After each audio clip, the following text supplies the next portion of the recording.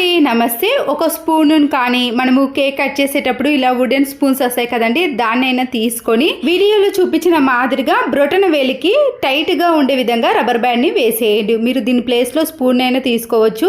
మనము పచ్చిమిర్చిని కట్ చేసేటప్పుడు చాక్తో కట్ చేస్తాం కదండి, కానీ మన చేతికి అది తాకి కండ్లలో మంట కానీ లేదా పిల్లలకి తాకినా కూడా మంట అనేది ఏర్పడుతుంది కదా. ఇలా దానికి బదులుగా మనము ఇప్పుడు పచ్చిమిర్చిని తీసుకొని ఇలా వుడెన్ స్పూన్ కింద పెట్టేసి మనము నైఫ్తో కట్ చేసామనుకోండి, మన చేతికి అనేది అంటుకోకుండా ఉంటుంది. ఎన్ని కట్ చేసినా కూడా మనకి మంట అనేది అస్సలకే రాదు. చిన్నపిల్లలు ఉన్నప్పుడైతే ఈ టిప్ చాలా బాగా యూజ్ అవుతుందండి.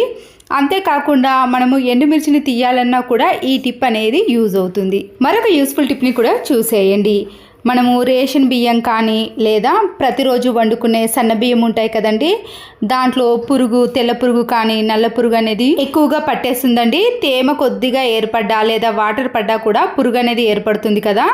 మనము రేషన్ బియ్యము ఎక్కువ రోజులు స్టోర్ చేసుకోవాలన్నా లేదా సన్న బియ్యంలో పురుగు అనేది అస్సలకే పట్టకూడదు అంటే రాళ్ళ ఉప్పు ఉంటుంది కదండి, ఆ రాళ్ళ ఉప్పును ఒక చిటికెడంతా కానీ లేదా ఒక స్పూన్ అంతా కూడా ఈ బియ్యంలో కలిపేసేయండి. ఇన్ని బియ్యంలో ఒక చిటికెడు కానీ 1 టీ స్పూన్ రాళ్ళ ఉప్పును కలిపామనుకోండి, టేస్ట్ అనేది ఏం చేంజ్ ఉండదు.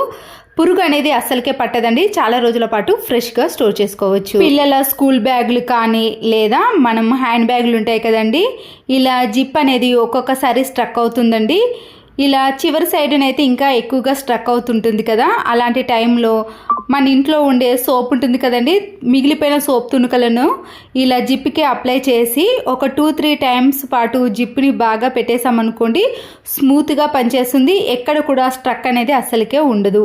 అప్పుడు బయటకు వెళ్ళి దీన్ని రిపేర్ చేయించుకోవాల్సిన పని కూడా ఉండదు. సంవత్సరం పాటు నిల్వ చేసుకునే ఏవైనా చట్నీలు ఉంటాయి కదండి, మామిడి చట్నీ కానీ లేదా నిమ్మకాయ చట్నీ లేదా కొన్ని రోజుల పాటు ఇలా చట్నీని పెట్టుకున్నప్పుడు క్యాప్ని పెట్టేసామనుకోండి, దాని చుట్టూ కూడా చట్నీ అంటుకొని నల్లగా తయారవుతుంది. అప్పుడు స్పూన్ కూడా చాలా నల్లగా ఉంటుందండి.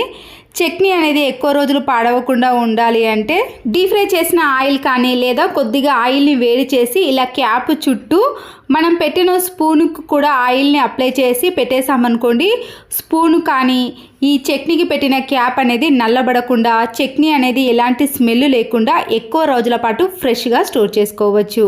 హార్లిక్స్ బాక్సులు కానీ బూస్ట్ బాక్సులు కానీ లేదా ఏదైనా మనము ఇలాంటి బాక్సులను ఓపెన్ చేసినాక తర్వాత అలాగే పెట్టేసామనుకోండి, దాంట్లోకి గాలి చొరబడి అవి మెత్తబడటం లాంటివి జరుగుతూ ఉంటాయి.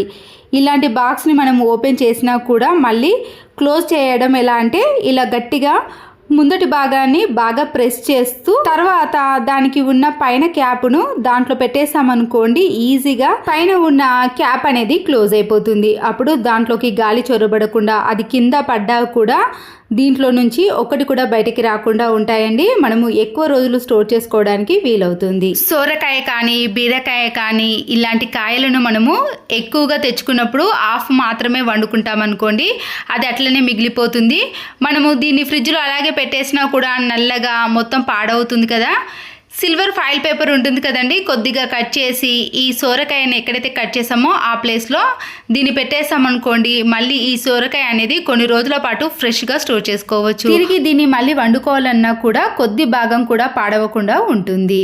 మన డబ్బులు అనేవి వృధా కావు. పువ్వులను మనము ఇలా ఎక్కువ మోతాదులో తెచ్చుకున్నప్పుడు కవర్లో పెట్టి ఫ్రిడ్జ్లో స్టోర్ చేస్తాం కదండి, అయినా సరే కవర్కి తడి ఎక్కువగా ఏర్పడి పువ్వుల్లో ఉండే రెక్కలు రాలిపోవటం కానీ లేదా పువ్వులు అనేవి నల్లబడటం లాంటివి జరుగుతూ ఉంటుంది.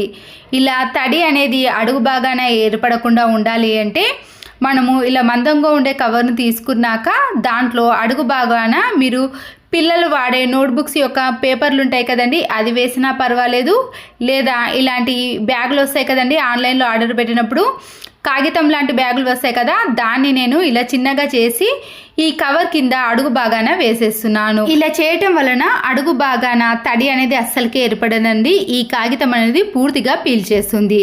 దీనివల్ల పువ్వులను చాలా రోజుల పాటు మనము ఫ్రెష్గా స్టోర్ చేసుకోవచ్చు. మరొక యూస్ఫుల్ టిప్, రాగి పాత్రలు కానీ ఇత్తడి పాత్రలు పూజా సామాగ్రి ఉంటాయి కదండి, మనము రుద్ది చేతులు అరిగేదాకా క్లీన్ చేయాల్సిన పని లేదండి, నీటిలో ముంచితే చాలు.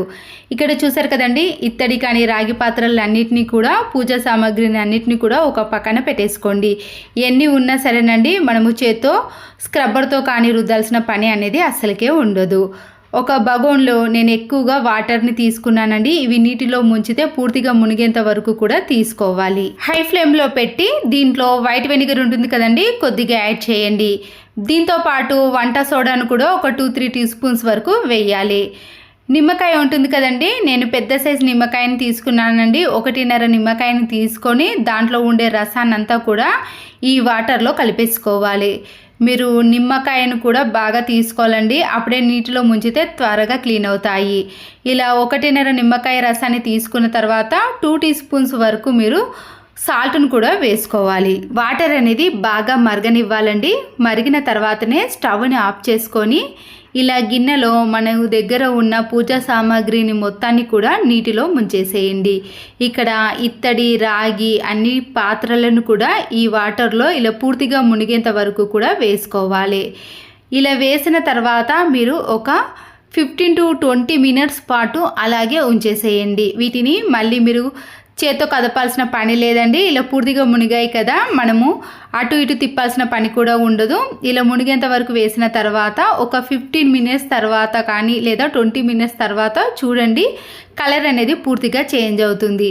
వెంటనే చేంజ్ కాదండి, టైం అనేది ఖచ్చితంగా పడుతుంది. చూసారు కదండి, దానిపై ఉండే మరకలు అనేవి నిజంగా పోతాయి. ఒక్క మరక కూడా కనిపించదు.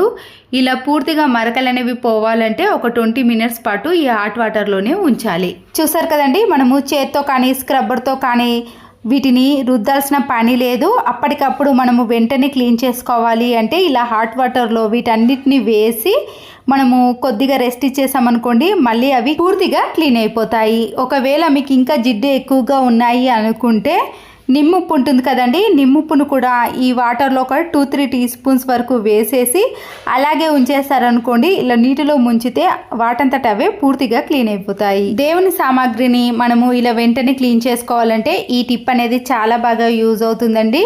ఇలా వాటర్లో ముంచిన తర్వాత మీరు ఒక పొడి క్లాత్తో వీటన్నిటిని కూడా క్లీన్ చేసుకోవాలండి. తర్వాత వీటిపైన ఒక్క మరక కూడా ఉండదు. చాలా రోజుల పాటు ఇవి నీట్గా ఉంటాయి. చూసారు కదండి, మీరు పూజా సామాగ్రిని క్లీన్ చేసుకోవాలంటే ఈ టిప్ అనేది చాలా బాగా యూజ్ అవుతుంది. అనేది బ్యాడ్ స్మెల్ వచ్చినప్పుడు కానీ నీట్గా లేనప్పుడు ఇలా కొన్ని వాటర్లో సర్ఫ్ను వేసి కోల్గేట్ పేస్ట్ని కూడా యాడ్ చేయాలి. ఈ కోల్గేట్ పేస్ట్ డైరెక్ట్గా కరగదు కాబట్టి ఇలా చేత్తో నీటిలో పూర్తిగా కరిగిన తర్వాత ఈ వాటర్ని ఇలా వాష్రూమ్లో వేసి మనము బ్రష్తో క్లీన్ చేసామనుకోండి, గారపట్టిన మరకలు కానీ ఎలాంటి బ్యాడ్ స్మెల్ వచ్చినా కానీ ఇలాంటి టిప్స్తో క్లీన్ చేసుకున్నామనుకోండి, వాష్రూమ్ ఎప్పుడు చూసినా కూడా చాలా నీట్గా క్లీన్గా కనబడుతుంది. మరొక యూస్ఫుల్ టిప్, కూరగాయలు కట్ చేసినా కానీ లేదా టిఫిన్ చేసినప్పుడు ఏవైనా కట్ చేసుకున్నా ప్రతిసారి మనము ఇల్లును చిమ్ముతూనే ఉంటామండి. పిల్లలు ఏదైనా చెత్త వేసినా కూడా చిమ్ముతాం కదా, ప్రతిసారి ఈ చీపురు కట్టను యూజ్ చేయకుండా ఎక్కడైతే మనం చెత్త పడ్డదో ఆ ప్లేస్లో మాత్రమే ఇలా వైపర్ స్టిక్ని తీసుకొని చెత్త చాటలకు వేసామనుకోండి, ఎంత సన్నని డస్ట్ అయినా చాలా ఈజీగా వచ్చేస్తుంది. కిచెన్ టైల్స్ని కూడా మనము గిన్నెలు క్లీన్ చేసిన తర్వాత ఒక్క చుక్క కూడా వాటర్ ఉండకూడదు, త్వరగా ఆరిపోవాలి అంటే ఇలా వైపర్ స్టిక్తో మనము సింకులోకి వేసేసామనుకోండి, చెత్త అనేది ఈజీగా వచ్చేస్తుంది. చుక్క వాటర్ అనేది మిగలకుండా ఉంటుంది, త్వరగా ఆరిపోతుంది. అప్పుడు కిచెన్ కూడా చాలా నీట్గా కనబడుతుంది. ప్రతిసారి పదే ఇల్లును చిమ్మకుండా ఇలా వైపర్ స్టిక్తో అప్పటికప్పుడు క్లీన్ చేసుకున్నారనుకోండి, ఇల్లు కూడా చాలా నీట్గా కనబడుతుంది. అంతేనండి. ఈ టిప్స్ కానీ మీకు నచ్చినట్లయితే తప్పకుండా ఒక లైక్ చేసి మీ ఫ్రెండ్స్కి కానీ రిలేటివ్స్కి షేర్ చేయండి. మరో యూస్ఫుల్ వీడియోతో మళ్ళీ కలుద్దాం. Thanks for watching.